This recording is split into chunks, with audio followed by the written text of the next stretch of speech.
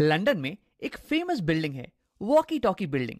अब walkie talkie एक type का फोन होता है जिसकी तरह दिखती है ये बिल्डिंग, और इसलिए इसे हम वॉकी टॉकी बुलाते हैं। अब देखो, ये जो बिल्डिंग है ना, ये फेमस है अपनी आसपास की चीजों को जलाने के लिए। इसने एक दिन अपने सामने की दुकान की डोरमैट को ही जला दिया, और एक दिन इसके सामने एक कार पार्क थी और उसके शीशे को इसने पिघला दिया। अब तुम सोच रहे होगे कि ऐसा ये कैसे कर पा रही है। तो ऐसा ये कर पा रही है अपने शेप के कारण। अब इसे समझने के लिए हम बात करने वाले हैं कर्व्ड मिरर्स के बारे में। कर्व्ड मतलब कि मुड़ी हुई मिरर्स। अब देखो, तुमने अक्सर देख रखा होगा कि फ्लैट मिरर्स क्या होती हैं। ये तो तुम्हारे घर में भी होगा, लेकिन अगर तुम इसे आगे की तरफ मोड़ दो कुछ ऐसे, तो तुम्हें एक टाइप की कर्व्ड मिरर मिल जाएगी। या फिर तुम अगर इसे पीछे की तरफ मोड़ दो ऐसे, तो तुम्हें दूसरी टाइप की कर्व्ड मिरर मिल जाएगी। इस वीडियो में हम बात करने वाले हैं इस आगे की तरफ मुड़ी हुई कर्व्ड मिरर्स के बारे में, और इसे हम बुलाते हैं कॉनकेव मिरर। और कॉनकेव इसलिए क्योंकि इसकी जो रिफ्लेक्टिंग साइड है ना, ये वाली साइड, ये देखो, ये केव बना रही है, एक गुफा की तरह दिख रही है हमें।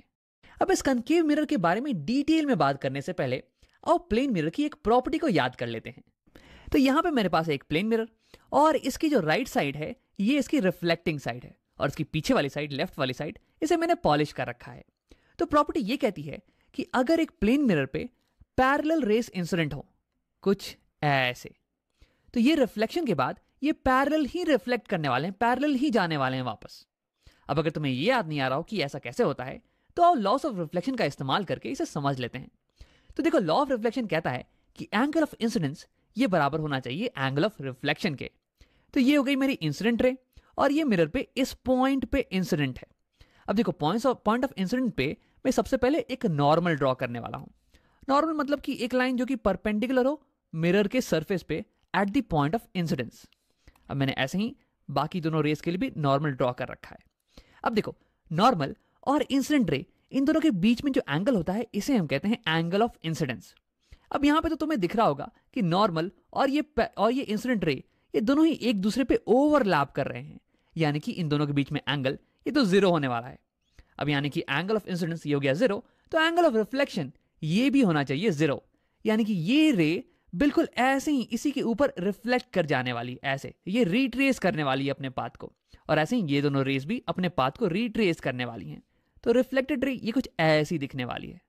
तो अगर तुम केवल रिफ्लेक्टेड रेस पे फोकस करो तो तुम्हें दिखेगा कि रिफ्लेक्टेड रेस भी एक दूसरे के पैरेलल ही हैं।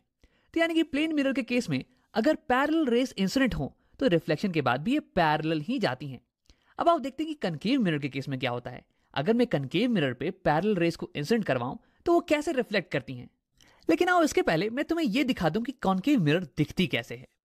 तो इसके लिए मैंने यहां पे बना लिया है एक 3D प्लेन मिरर। वैसे तो मैंने पूरी कोशिश की है एक अच्छी डायग्राम बनाने की। देखो, ये जो फ्रंट सरफेस है ये हो गया रिफ्लेक्टिंग सरफेस मिरर का, और ये पीछे वाले सरफेस को मैंने पॉलिश कर दिया है। अब मैं इस मिरर को मोड़ने वाला हूं आगे की तरफ ऐसे, एक चम्मच के शेप में कुछ ऐसे। ये देखो, ये हो गया चम्मच का हैंडल। वैसे इस पे अभी हम फोकस नहीं करते हैं। हाँ, तो देखो, क्योंकि मिरर का ये आगे वाला पोर्शन ये रिफ्लेक्टिंग सरफेस था और मैंने इसे आगे की तरफ बेंड किया है ना, तो इसलिए अब ये जो चम्मच है इसका अंदर वाला पोर्शन ये हो जाएगा रिफ्लेक्टिंग, और इसका बाहर वाला पोर्शन ये हो जाएगा पॉलिश्ड सरफेस। अब देखो, इसी शेप को हम बोलते हैं कॉनकेव, और ऐसा इसलिए क्योंकि अब इस मिरर की ये जो रिफ्लेक्टिंग साइड है ना, ये अंदर की तरफ है, ये केव बना रही है, गुफा बना रही है, इसलिए इसे हम कॉनकेव बुलाते हैं। अब अगर तुम इसी को फ्रंट व्यू से देखो, मतलब कि यहां से देखो, तो ये तुम्हें कुछ ऐसा दिखने वाला है, एक सर्कल की तरह, और अंदर में तुम्हें अपना रिफ्लेक्शन दिखने वाला है। अब इसी को अगर तुम साइड से देखो, जैसे कि हम देख रहे हैं, लेकिन एकदम साइड से देखो, तो ये कुछ ऐसे शेप पे दिखने वाली है। अब फिजिक्स में हम अक्सर बात करने वाले हैं कॉनकेव मिरर्स की। अब हमेशा ऐसा अच्छा सा डायग्राम बनाना ये तो बहुत ही समय ले लेगा ना यार, तो इसलिए मैं शॉर्ट में ये डायग्राम बना के तुम्हें दिखाने वाला हूं। तुम हमेशा समझ जाना कि ये डायग्राम मतलब कॉनकेव मिरर है, और ऐसा इसलिए क्योंकि रिफ्लेक्टिंग साइड ये एक केव बना रही है, गुफा बना रही है। अब आओ अपने ओरिजिनल चीज पे वापस आते हैं। हमने लिया था एक फ्लैट मिरर, और जब हमने इस पे पैरेलल रेस इंसिडेंट करवाई थी तो ये रिफ्लेक्शन के बाद पैरेलल ही वापस आ रही थी। अब फिर हम ये पूछ रहे थे कि अगर मैं कॉनकेव मिरर पे अगर पैरेलल रेस को इंसिडेंट करवाऊं तो ये रिफ्लेक्शन के बाद कहां जाने वाली हैं। तो देखो, इसके लिए भी हम इस्तेमाल करने वाले हैं लॉस ऑफ रिफ्लेक्शन का। एंगल ऑफ इंसिडेंस ये बराबर होगा एंगल ऑफ रिफ्लेक्शन के। तो ये हो गई मेरी एक इंसिडेंट रे, और ये मिरर पे इंसिडेंट है इस पर्टिकुलर पॉइंट पे। तो देखो, इस पॉइंट पे मैं नॉर्मल को ड्रॉ कर दूंगा, मतलब कि परपेंडिकुलर को, और फिर एंगल ऑफ इंसिडेंस ये पता कर लूंगा। लेकिन देखो, ये पार्ट, ये तो कर्व्ड मिरर है ना यार। अब कर्व्ड मिरर पे परपेंडिकुलर ये कैसे ड्रॉ करते हैं?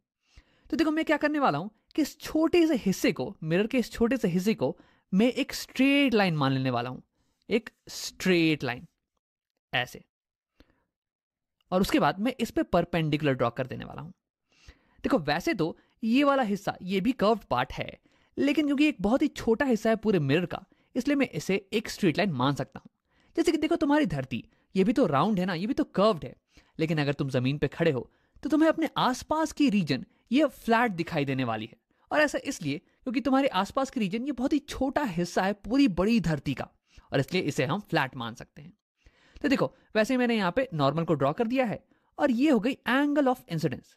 अब इतने ही एंगल से यहाँ पे रिफ्लेक्ट हो जाने वाली है ये रे। तो यहां मैंने रिफ्लेक्टेड रे को ड्रॉ कर लिया है। हाँ, अब इस रे की बात करते हैं। ये रे इंसिडेंट है इस पॉइंट पे। सिमिलरली मैं इस छोटे से पार्ट को फ्लैट मान लेने वाला हूं, स्ट्रेट लाइन मान लेने वाला हूं, और फिर यहां पे मैं ड्रॉ करने वाला हूं नॉर्मल को, यानी कि परपेंडिकुलर। अब देखो परपेंडिकुलर और इंसिडेंट रे, इन दोनों के बीच का एंगल ये तो 0 डिग्रीज है, यानी कि एंगल ऑफ इंसिडेंस हो गया 0, और रिफ्लेक्टेड एंगल ये भी 0 डिग्री पे ही जाने वाला है, यानी कि रिफ्लेक्टेड रे ये रिट्रेस करने वाली है अपने पाथ को। तो ये मैंने बना दी रिफ्लेक्टेड रे। अब देखो इसकी बात करते हैं, इस रे की। ये रे इंसिडेंट है इस पॉइंट पे, ये इसे मैंने मान लिया फ्लैट लाइन, स्ट्रेट लाइन, और यहां मैंने ड्रॉ कर दी एक नॉर्मल। ये हो गई एंगल ऑफ इंसिडेंस। अब इतने ही एंगल से रिफ्लेक्ट हो जाएगी रे, तो ये मैंने बना दी रिफ्लेक्टेड रे।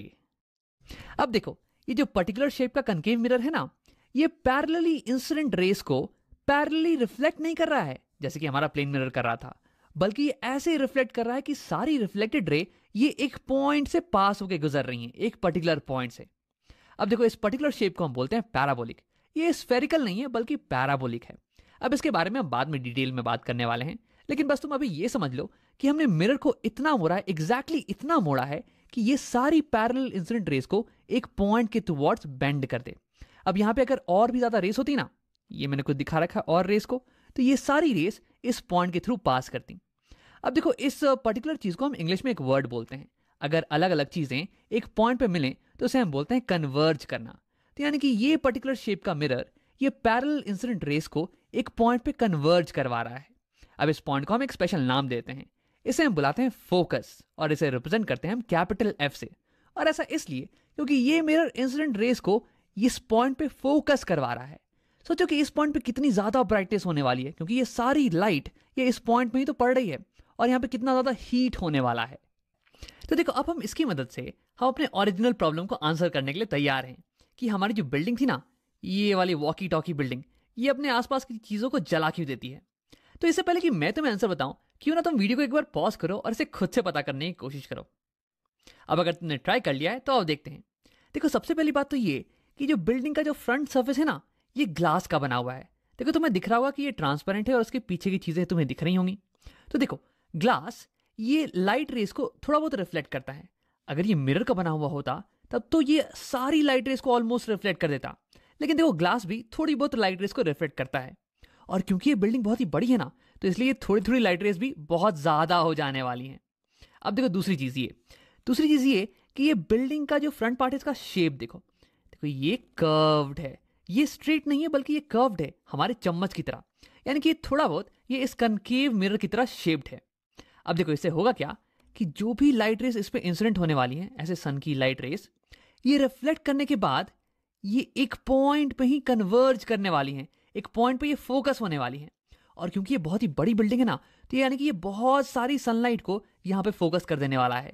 तो क्या होगा कि इस पॉइंट पे बहुत ज्यादा गर्मी होगी, बहुत ज्यादा इंटेंसिटी की लाइट होने वाली है, और इसलिए जो भी चीज इस पॉइंट पे रखी होगी वो जल जाने वाली है। और इसलिए हमारी ये जो बिल्डिंग है ना, ये आसपास की चीजों को जला देती है। अब यहाँ पे हमने अपना सवाल तो सॉल्व कर लिया है, लेकिन मैं एक छोटी सी चीज तुम्हें बताना चाहूंगा। देखो यहाँ पे जब मैंने सनरेज को बनाया था ना, तो मैंने उन्हें पैरेलल दिखाया था। अब तुम्हारे दिमाग में एक सवाल उठ सकता है कि राम, सनरेज पैरेलल कब से होने लगी? देखो जब भी हम सनरेज बनाते थे तो सन से निकलने वाली रेस ये तो एंगल पे निकलती है ना, तो ये पैरेलल कैसे हो गई? देखो तुम्हारा सवाल बिल्कुल ही सही है, लेकिन देखो इस केस में हमारे बिल्डिंग पे जो रेस पड़ रही है ना, सन की रेस, उसे हम ऑलमोस्ट पैरेलल मान सकते हैं। आप इसे समझते हैं। ये मैंने इसे थोड़ा सा डिम कर दिया है। ये मान लो कि एक छोटी सी कनकेव मिरर है और ये सन के बहुत ही पास है। अब देखो ये जो टॉप मोस्ट रे है इस मिरर पे और ये जो बॉटम मोस्ट रे है, इन दोनों के बीच की एंगल ये तो बहुत ही बड़ी एंगल तुम्हें दिख रही होगी। ऑलमोस्ट अगर हम देखें तो ये अराउंड 20-30 डिग्रीज का एंगल होने वाला है। लेकिन अगर मैं इस मिरर को बहुत ही दूर ले जाऊं, ये कहीं यहां ले आते हैं इस मिरर को, हाँ, तो इस केस में मिरर मिरर पे जो रेस पड़ रही हैं ये मुझे ऑलमोस्ट पैरेलल दिख रही हैं। इन दोनों रेस के बीच में अगर मैं एंगल को नोट करूं ना, तो ये तो बहुत ही कम एंगल है, ऑलमोस्ट 1 डिग्री या उससे भी कम। अब अगर ऐसे ही करते करते मैं मिरर को और पीछे ले जाऊं, तो इस पे पड़ने वाली रेस के बीच का जो एंगल है ना, ये और कम होता चला जाएगा। तो यानी कि अगर मैं मिरर को ये सन से बहुत ज्यादा दूर रख दूं, तो उस केस में जो मिरर पे मेरी रेस पड़ रही होंगी उसे मैं ऑलमोस्ट पैरेलल अज्यूम कर सकता हूं। लेकिन तुम सोच रहे होगे कि राम कितना दूर रखना काफी होगा, 1 किलोमीटर या फिर 10 किलोमीटर? तो देखो, मिरर और सोर्स ऑफ लाइट इन दोनों के बीच में इतनी डिस्टेंस होनी चाहिए कि मिरर की size in comparison to the distance ये बहुत ही छोटी हो जाए। देखो, हमारी मिरर अभी यहां इतनी दूरी पे रखी हुई है और मिरर की जो साइज है ये बहुत ही छोटी है in comparison to the distance, और इसलिए ये जो दो रेस है ना, ये हमें ऑलमोस्ट पैरेलल दिख रही है। लेकिन अगर इसी डिस्टेंस पे मैं एक बड़ी मिरर को डाल दूं ताकि मिरर की साइज और ये डिस्टेंस ये कंपैरेबल हो जाए, तो उस केस में मिरर की जो टॉप मोस्ट रे होगी और जो बॉटम मोस्ट रे होगी ना, ये तो बहुत ही बड़ा एंगल बना रही होंगी, इन्हें हम पैरेलल नहीं मान सकते हैं। तो वैसे ही देखो, हमारी धरती के केस में अगर ये इसे मैं सन मान लूं, इतना बड़ा सन हो गया, तो हमारी धरती ये तो एक छोटी सी डॉट होने वाली है यहाँ पे। और हमारी ये जो वॉकी टॉकी बिल्डिंग है ये तो बहुत ही छोटी है धरती के कंपैरिजन में भी। तो यानी कि बिल्डिंग की साइज ये बहुत ही छोटी है इन कंपैरिजन टू बिल्डिंग और सन के बीच का डिस्टेंस। तो उस केस में जो सनराइज बिल्डिंग पे पड़ रही होगी ना, उसे हम ऑलमोस्ट पैरेलल मान सकते हैं आसानी से। आओ वीडियो को समराइज कर लेते हैं। हमने इस वीडियो में कॉनकेव मिरर के बारे में पढ़ा। देखो, अगर तुम एक प्लेन मिरर लो और इसे अंदर की तरफ कर्व कर दो, बेंड कर दो, ताकि उसका रिफ्लेक्टिंग सरफेस ये केव बनाए, तो हमें मिल जाता है कॉनकेव मिरर। और अगर इस मिरर पे पैरेलल रेस इंसिडेंट हो, तो ये मिरर उसे रिफ्लेक्ट कर देती है ऐसे कि सारी लाइट एक पॉइंट पे फोकस हो जाए। अब इसीलिए हमारी जो वॉकी टॉकी बिल्डिंग है ना, ये आसपास रखी हुई चीजों को जला देती है।